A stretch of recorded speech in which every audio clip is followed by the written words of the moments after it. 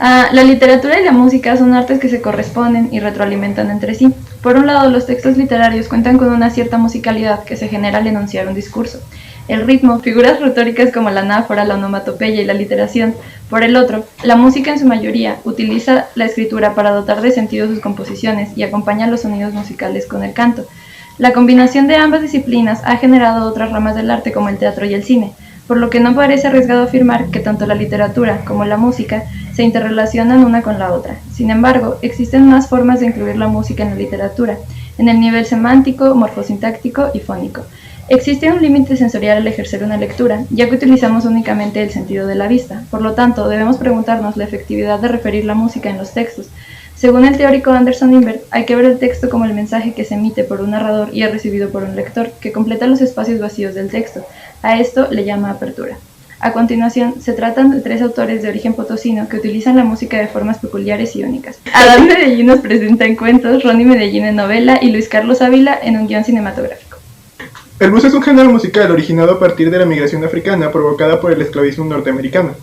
Uno de sus rasgos característicos son los acordes de guitarra melancólicos unidos a las letras crudas que narran las historias, peripecias y desavenencias de la vida de sus cantantes.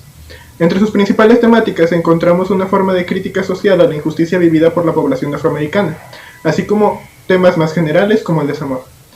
Es precisamente esta atmósfera de desesperanza, nostalgia y tristeza la que Adán Medellín plasma en Blues Vagabundo, idea que deja en claro desde las epígrafes que abren el libro. You know I went in my room, I bowed down to pray. The blues came along and drove my spirit away.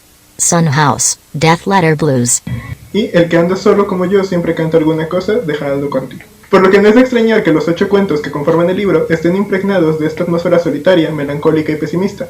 De manera general podemos clasificar los relatos en 2 grupos, los de temática amorosa y los que retoman los orígenes del blues como eje de la historia. A continuación veremos la función que cumple la musicalidad en ambos tipos de relato. Como representante del primer grupo analizaremos a 4 manos. Al igual que otros relatos de esta categoría, nos introduce una pareja que, con el tiempo, ha alcanzado un punto de quiebre en su relación. En este caso en particular se relata la historia de Marina y nuestro narrador. Pareja, desde la universidad, han trabajado juntos para conseguir su sueño de consagrarse como autores. Es Marina la primera en conseguirlo y a partir de este punto la relación comienza a decaer hasta llegar a la separación. El relato está constituido en su mayor parte por el monólogo interno del narrador. Vemos la historia a través de sus ojos. En este sentido, la música funciona como un elemento que permite la interiorización del pensamiento, pues es lo que los personajes usan como parte de su proceso creativo. Abro cita: la televisión estaba siempre apagada y cada uno escuchaba música desde su computadora, con audífonos. Marina escribía con las voces hipnóticas de Billy, Bessie o Nina. En mi computadora se escuchaba Travis o Radiohead. Destaca además que el blues no es el género favorito del protagonista, sino de su pareja, volviéndose este un elemento propio de ella que permite rememorarla cuando ésta no se encuentra presente, recurso que también encontramos en Brasilia 1979. Permite además expresar lo que los personajes no se atreven a decir. La veía leer mucho, teclear lentamente, murmurar una línea de Billy. Love me or leave me or let me be lonely. La escena anterior ocurre cuando la relación ya se ha fragmentado. La canción expresa los sentimientos de Marina respecto a la condición de su relación. Este recurso se mantiene durante todo el relato. Mediante la introducción de canciones se da a conocer al lector en qué situación se encuentra la pareja. Dentro de la segunda categoría, entre los relatos que retoman el blues como eje de la narración, se encuentran Cross of Blues, Dark Was the Night y Blue and Lonesome, que no solo llevan por título los nombres de algunas de las más famosas canciones del blues, sino que cuentan la historia de los hombres que las interpretaron, quienes protagonizan la historia en un mundo donde la música no es solo el escape seguro de la tristeza y el sufrimiento, sino que también constituye el hilo conductor de su historia. Se recuerda en Cross of Blues cuando se habla del castigo de Robert, de la pérdida de su esposa e hijos, al haber entregado su alma al demonio.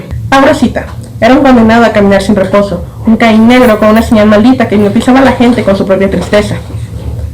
Robert fue un hombre consumido por la música, la tristeza y el alcohol, que comenzó y concluyó ese camino musical al lado de una guitarra con la que expresar su desesperación. En Blue and Lonesome destaca sobre todo una infancia marcada por la humillación y la frustración que su padre descargaba en él de manera constante. Abro cita: eres un vago, un negro de mierda inútil que se hace el tonto con la música y no entiende el mundo. Es dicho trato el que lleva a Little Walter a escapar y viajar por Estados Unidos, acompañado solamente por su música y moviéndose casi exclusivamente a causa de ella. Se convirtió en el alma del blues. Abro cita: estoy viejo y olvidado como el blues, soy un aliento empañado después de una nota. Finalmente, Dark Was the Night es en sí mismo el relato del sentimiento que Blind Willie Johnson expresó en su música y que es considerada la máxima expresión de la soledad humana. Es difícil comprender al principio del relato que la música sea el eje central del mismo, pues no lo conduce como en otros casos. Pero llegado al final, el lector se percata de que la música no es un eje aquí porque conduzca el relato, sino porque es el relato en sí misma. Abro cita. Era un canto anterior a las palabras, porque éstas, tan ligeras y volátiles, no le servían. La música en El infierno es aquí, recursos humanos, es un motivo dentro de la narrativa para la creación de la atmósfera que resultará caótica para los actantes de la diégesis. Esta, si bien parece prima facie, un elemento fortuito y espontáneo que no tuviese una razón lógica de aparecer, resulta tener sentido al momento de analizar la composición de la trama. La aparición de distintas piezas musicales clásicas tienen no solo la función de generar un espacio tenso, sino también impactar la reacción que tienen los personajes ante los sucesos y la forma de responder a los problemas. Esta presencia musical, además, puede observarse en una acción in descenso a lo largo de la obra, de manera que lo que comienza como un motivo que tensa de forma directa al lugar donde se desarrollan las acciones, termina como un elemento que ofrece catarsis a uno de los personajes. En un primer momento aparece la canción The Sound of Silence, abro cita. De pronto, la radio comenzó a llenar los espacios vacíos que habían estado ocupados por el repetitivo sonar de la alarma. Cierra cita. Se observa una apertura a la música que luego detonará en la alteración y percepción del ambiente. Abro cita. Sin darse cuenta, del reproductor de audio se encendió y comenzó a inundar de nostalgia el lugar. Cierra cita. La ruptura del ambiente, a partir de un grito que interrumpe la tranquilidad que generó la canción, después se convierte propiamente en la norma que regirá la aparición de las siguientes canciones. En un segundo momento tenemos In-A-Gadda Da Vida, la cual aparece como producto de una acción simultánea entre Juan y Miguel. Ahora cita, corrió hacia la computadora y buscó alguna canción en la lista de reproducción. La playlist de rock clásico se reprodujo, un sintetizador, percusiones, un bajo y una guitarra. Era Iron Butterfly, que descendía a presenciar la locura de Juan. La canción no ayudaba, pero era mejor que dejarse llevar por el silencio del pasillo. Cierra cita. En este mismo tiempo, pero en otro espacio, la escena de Miguel aparece en potencia.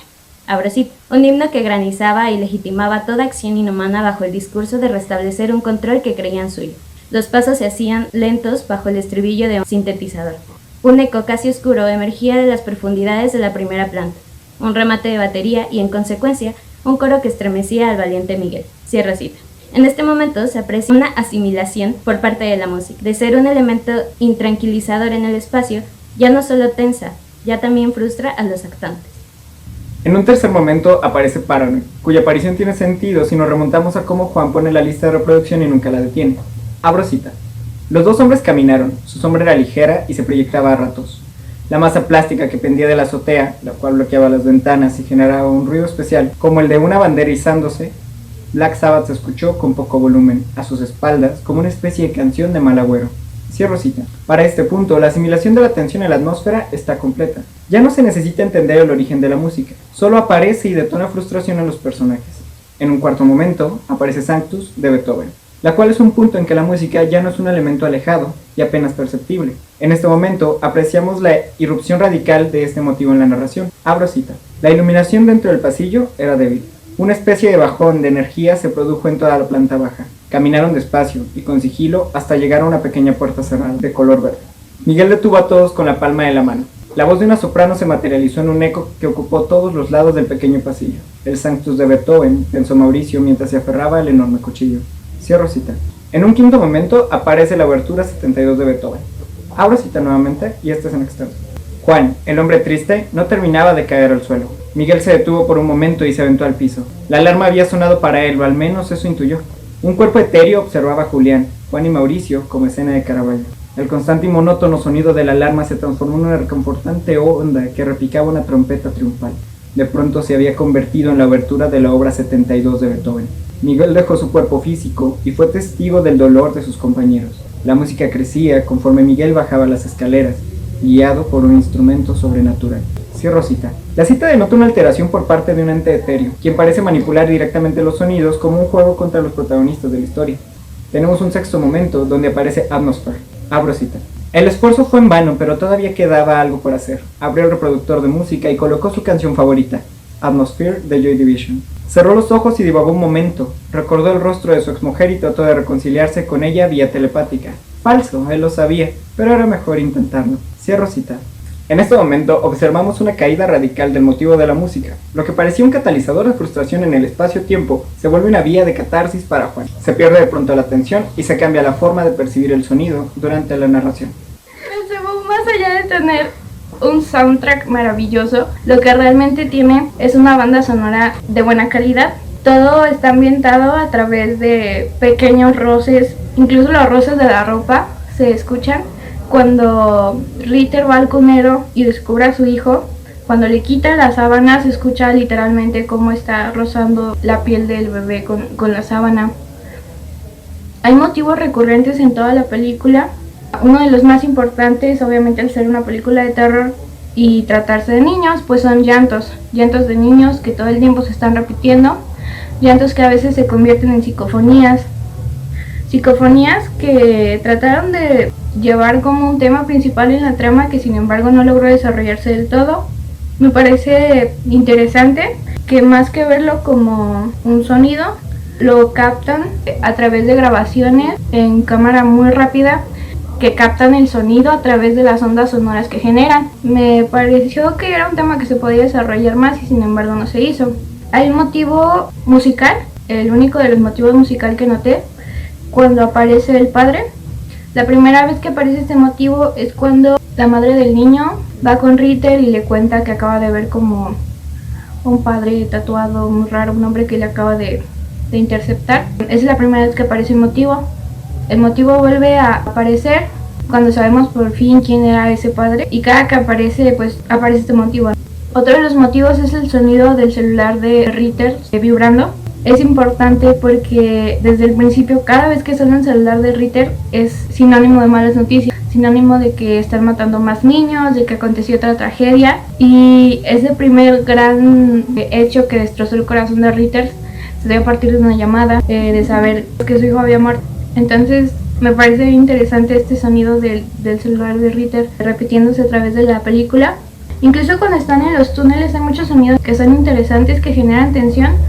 Cuando se va la luz prenden bengalas y en toda esa escena está el sonido de la bengala y va creando como tensiones, como un ruido blanco que está de fondo.